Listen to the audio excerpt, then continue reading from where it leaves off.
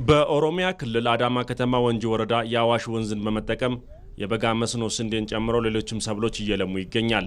ወጣት ሲሳይ መኮንን በአካባቢው በክላስተር ተደራጅቶ ባለፉት ዓመታት የበጋ መስኖ ስንዴ ስራ ላይ መሰማራቱ ራሱን እንዲችል እንዳገዘው ይናገራል። የበጋ ስንዴ ግን መጀመሪያ ስንጀምር መንግስት ዘር አቅርቦልን ማዳበሪያ አቅርቦልን ነበረ። ብዙ ነገር ሰፖርት አድርጎት ወደ ስራ ገባ ነው።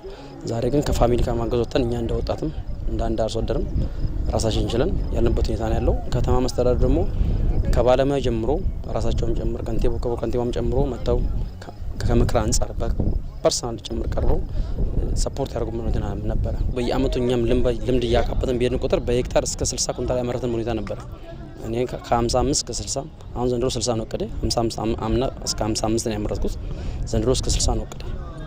ለምን ልምድ እያካበተን ስላለ ያለውን ችግርም እየተረዳን ስላለ።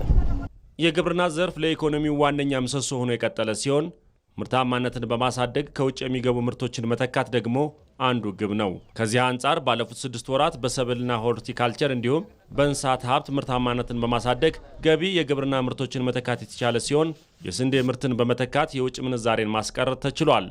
የስንዴ ልማትን ስንወስድ በመኸር ወቅት ከ126 ሚሊዮን ኩንታል በላይ ምርት ያገኘን ሲሆን በበጋ ስንዴ ልማት ደግሞ ከ3.7 ሚሊዮን ሄክታር በላይ መሬት በስንዴ ልማት ሸፍነን አጠቃላይ የስንዴ ምርታችንን ከ300 ሚሊዮን ኩንታል በላይ ማድረስ የሚያስችለን ቁመና ላይ ደርሰናል።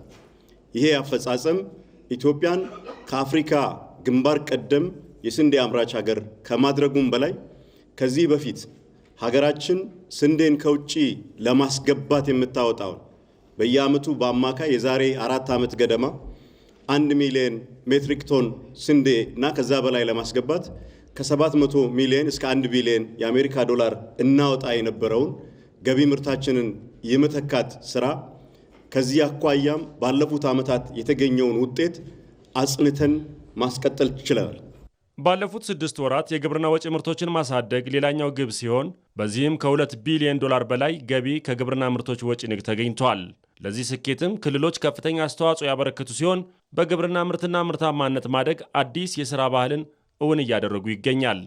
ጸደይ ከዚህ ቀደም አልተለመደም። ጸደይ አዲስ የምርት ወቅት ነው ለኛ። ከዚህ ቀደም ያልነበረ ተለምዶ ነው፣ አዲስ ተለምዶ ነው።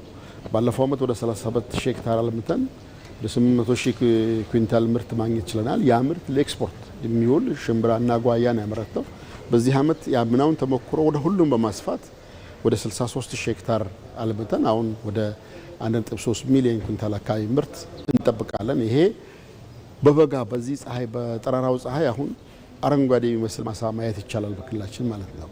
ይሄ የልምምድ አርሶ አደሮቻችንን ለአዳዲስ የምርት ወቅቶች መፈጠር ምክንያት ሆኗል። ኤክስፖርት የምናደርጋቸው ምርቶቻችንም ተሻሉ ናቸው። የቡና ምርትን መውሰድ እንችላለን። 78%ን በክልላችን ያሳካንበት አግባብ ነው ያለው። በአጠቃላይ ክልል ሀገሪቱ የኛ አስተዋጽኦ ነው ያለው። እንዲሁም ደግሞ የጥራጥሬና የቅባት ሰብሎችንም በኮንትራት ፋርም መልክ ሰርተን ያሻሻልንበትና ለውጦችም የተመዘገቡበት ለዓለም ገበያ በስፋት እየላክን ያለና ገበያ ውስጥ ሊያቆዩን የሚችሉ ምርቶች በጥራትም በመጠንም በጊዜም የሰራንበት አግባብ ስላለ ይሄ ጥሩ ለውጥ ነው ብለን መገምገም እንችላለን። የግብርና ትራንስፎርሜሽኑን ለማድረግ ዘመናዊ የቴክኖሎጂ ውጤቶችን የሚጠቀም ግብርና መፍጠር ሌላኛው የዘርፉ ግብ ሲሆን ምርትና ምርታማነትን ማሳደግና ድህረ ምርት ብክነትን በመቀነስ የዜጎችን ተጠቃሚነት ያሳድጋል።